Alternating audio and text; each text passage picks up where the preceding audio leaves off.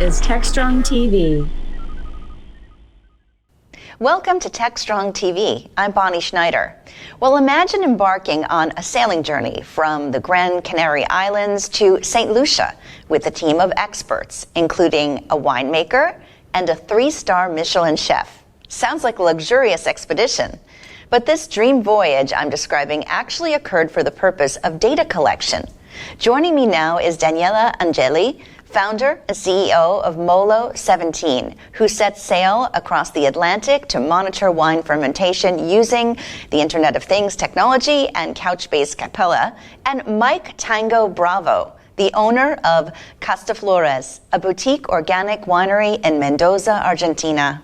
Daniele brings a wealth of experience in data optimization and will share more about this ambitious journey and how Molo17 utilized their expertise to create custom solutions. Welcome, Daniele and Mike. Welcome. Thank you. Pleasure to be here. Wonderful. Daniele, let's start with you. Can you share us a little bit about your background and the inspiration behind this unique sailing journey and how the idea came about? Yeah, sure. I, of course, am in love with the IT and the technology since I was really teenaged. So this love for the technology brought me to found Molo17 actually 10 years ago. And since the beginning of my journey with the company, we were focused on the real-time capabilities of the databases. So for us, real-time is paramount, and the user experience overall that we can provide using these kind of technologies is really a key component of our offering. That's great. The solution initially was being used last year during the world's biggest regatta that is set to take place each year. And that year was the 54th in the Gulf of Trieste, which is in the northeast of Italy, where all the skippers from all over the world actually challenge themselves during this week of events for sailors lovers. So we were being asked by the Italian Coast Guard to deliver such kind of application to provide, safe services and security services for those who were challenging there in the Gulf of Trieste. And Mike, what was your role and how did you get involved in this? Well, basically, I have a boutique winery called Castaflores. I've been making wine for about 20 years in Argentina. My background is in IT, but in the last years, I've been focused on blockchain and IoT and integration with data from wineries. So I have a lot of sensors and things like that out in the vineyard collecting information in kind of a harsh environment. And planning to sail from Barcelona down to the Canaries and across the ocean, where we're 23 days disconnected from anything except for a very slow satellite connection. Basically, this whole idea came about, first of all, about all the interesting things that you can collect just in sailing data, and how we could incorporate that as for my love of sailing as a part of this. But we also decided to make wine on the journey. So we're fermenting grapes and making a sparkling wine, a pet nuts from grapes that we harvested in the Pyrenees before setting sail. And winemaking also generates a lot of interesting data. And since I've been working with Capella for transforming how we do work with a distributed database, a NoSQL database for the blockchain aspect, I said, how can we work with collecting data and using the most extreme of environments, which is in the middle of the ocean, literally, for collecting wine data and collecting boat data. So that's how with Daniele, we started saying, hey, how can we adapt these apps that you've created using Capella for doing connection with our data? Well, Daniele, maybe you can expand on that. How did IoT technology and Couchbase Capella enable Molo17 to track and monitor wine fermentation in real time during the journey? Yeah, absolutely. So basically, the goal there was to use a seamless language from the edge to the cloud. And for seamless language, I mean JSON.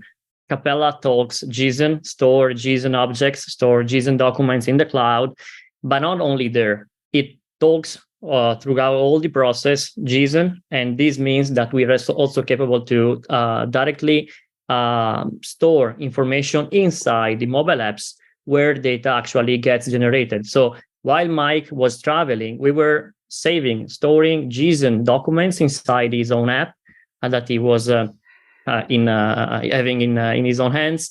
And while an internet connection was reachable, we were able to stream these JSON documents inside the Capella cloud. In that way, we were able to flexibly store either information coming from the IoT sensors that Mike was able to connect while performing his journey, but also the GPS coordinates for the ability to track the boat's position in the middle of the ocean. That's fascinating. And Mike, we know something about, I think everybody knows that certain climates are good for winemaking, and so the weather and conditions matter. But what were the particular data points that you were gathering, and why were those so important? Well, when you're making wine, you're controlling things like quantity of sugar in your must and pH, temperature. And it's quite interesting making wine at sea.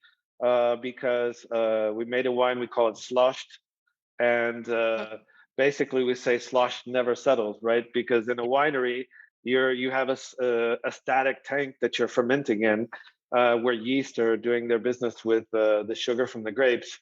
But at sea, we're 24 hours a day constantly. There's never a still moment, and so we wanted to see how this different environment we can monitor it. So basically we built a small web server with sensors, like actually soldering at sea, and connected that to Daniele's app, right? And to be able to send this JSON messaging back to the Capella database, right? And so this is some of the challenges of sea of making wine in itself, but the information that you need to collect doesn't change from what we're doing in a winery. It's just the environment is so harsh, and in particular the uplink. We needed a very resilient enablement for capturing this data, because you can have a satellite connection on a boat. But it's very unstable, and we're talking about a speed which is reminiscent of the 1980s, right? This is a 300 baud connection. I mean, it's a very slow, very high latency, very low throughput. And so that's what we really wanted to test is, okay, we know we can do this on the ground in a normal environment with all kinds of tools. How can we do this in a harsh environment, capturing these different data points? And Daniele, how did Molo17 ensure the safety and well-being of everyone involved on the journey? And we talked a little bit about the technology of just maintaining a signal and getting the data, but what about technology in terms of keeping everyone safe on board?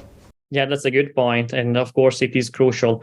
So basically, we divided the kind of messages, the messages types in three levels.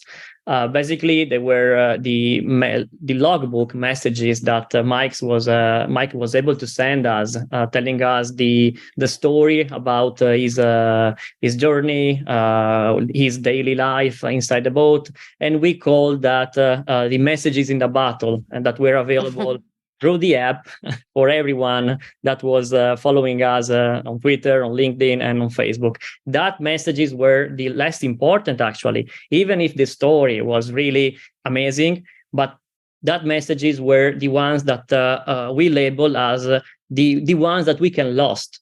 But those who are not the ones that we are in any way enabled to lose were actually the SOS signals and the GPS coordinates coming from Mike's devices. So these messages were labeled as the most crucial ones, and we gave the maximal priority on storing this information inside Capella. even if there were errors, we were able to buffer these messages inside Mike's devices. And as soon as an internet connection was capable to be established, even the lowest one, we were able to compress the data at maximum and send them over to Capella in order to let the messages available as soon as possible to everyone who is monitoring the safety of the journey of Mike. But not only that, we then also implement some control rooms signals and alerts in order to know if there were gap from a message from the GPS coordinates to another one, like a day or more than 24 hours. We were capable to being alerted by the system in order to know if Mike was performing safe. That's great. And Mike. So 23 days is what it took us to sail from the Canaries to Saint Lucia. We left Saint Lucia, we left the Canaries with some 30 plus boats in a regatta. But after 6 hours at sea, you're not seeing any other boats. We didn't see a single boat across the ocean. You're out of radio contact.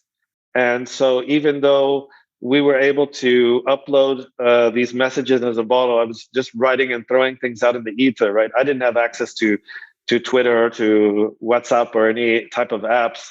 And so being able to just know that, okay, there is some tracking that's going on behind this, even though our main focus was collecting other types of data, that was the most critical, because it's really, you're completely alone in the middle of the ocean. So how many people were on board? There's 3 of us.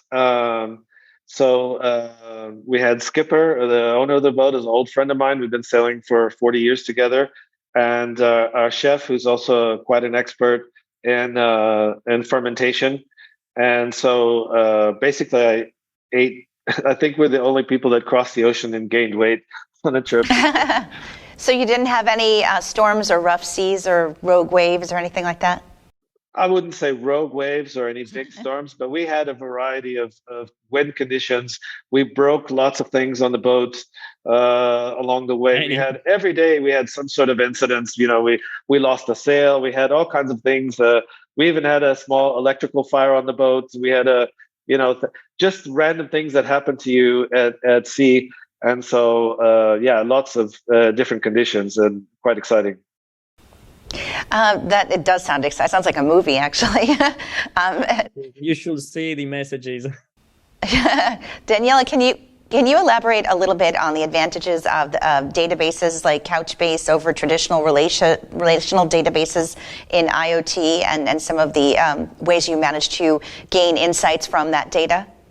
Yeah, absolutely. Yeah, I was saying before that databases like Capella talks directly the language that is currently the de facto standard called JSON.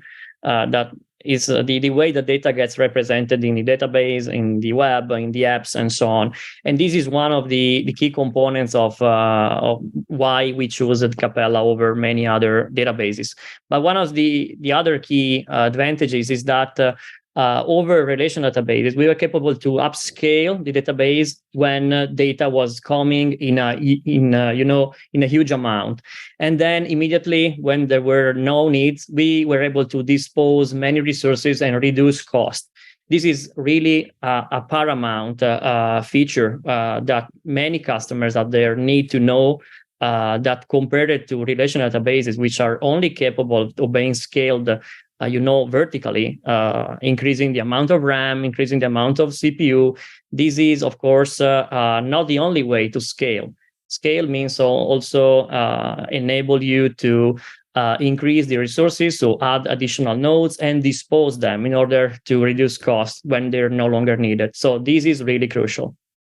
Mike, my last question is, now that this journey is over, well, of course, I want to know how did the wine come out, and what are the insights that you've learned now from this exciting journey?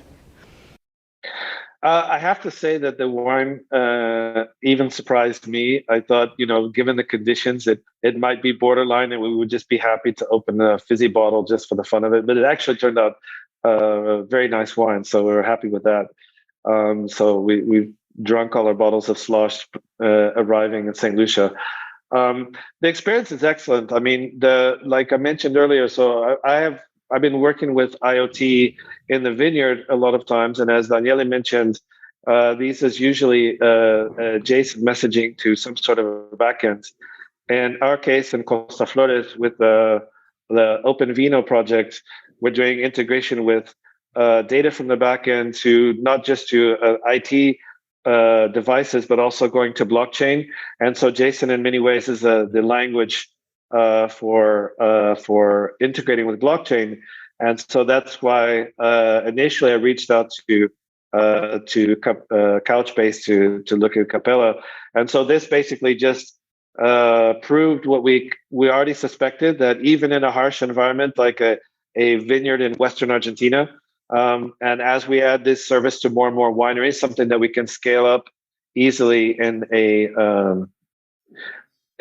a distributed platform. It's also shows us that we can circumvent issues that connectivity and these other things by using this platform. So basically, it's been a great experience doing it, and now we're looking at, okay, well, let's take this and do other applications and other tests in different regions, maybe in driving across Africa or other sailing adventures in the future. So that sounds very exciting. Daniele Angeli, founder and CEO of Molo17, and Mike Tango Bravo, the owner of Costa Flores Boutique Organic Winery in Mendoza, Argentina. Gentlemen, it was a pleasure to have you on TechStrong TV, and a fascinating journey as well. Thank you. Thank you for having me out. Thank you very much. Great. All right. Well, stay with us on TechStrong TV. I'm Bonnie Schneider, and we'll have more coming up.